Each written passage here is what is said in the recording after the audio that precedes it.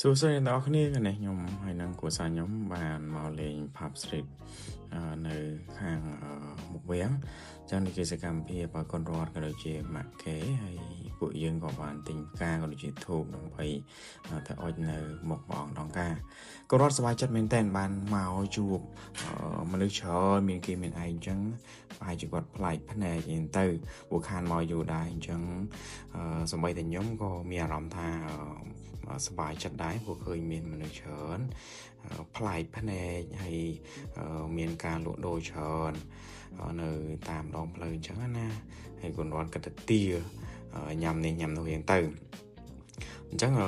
នៅក្នុងវីដេអូហ្នឹងកូនរត់ទាញ៉ាំស្អីគេទេស្ករ strawberry ស្អីគេទេហើយសប្បាយចិត្តមែនតើបានម៉ាក់ទិញឲ្យយ៉ាងទៅខ្ញុំក៏ទិញទឹកក្រូចច្បាច់ហ្នឹងញ៉ាំមកដែរហើយនៅជារៀងរាល់ចុងសប្តាហ៍ហ្នឹងគឺមើលទៅមានមនុស្សច្រើនទៅលេងក៏ដូចជាមានការលក់ដូរនៅតាមទីតាំងហ្នឹងអញ្ចឹងណាហើយក៏មានការប្រគំ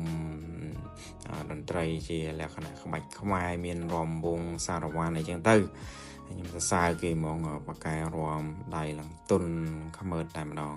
ហើយបន្ទាប់ពីចេញពីកន្លែងហ្នឹងមកពួកខ្ញុំក៏ដើរមើលនេះមើលនោះអីចឹងទៀតទៅហើយកូនរត់នេះចាប់ចិត្តនឹងមឹកអាំងទៀតដែរអញ្ចឹងមឹក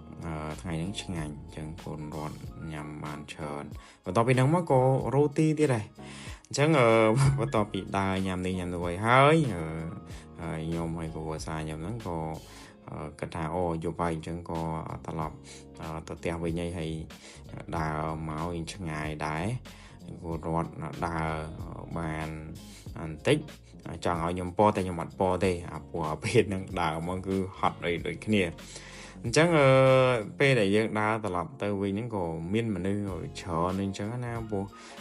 ពេលមកយើងដើរមកគេក៏មកហើយពេលយើងត្រឡប់ទៅវិញក៏មានគេត្រឡប់ទៅផ្ទះវិញដូចតែយើងឯដែរហើយនេះសកម្មភាពកូនរត់យើងដើរមកនៅមុខសួនមុខបរមរាជវាំងហើយវីដេអូនោះមានតែប៉ុណ្្នឹងទេអរគុណច្រើនជម្រាបលា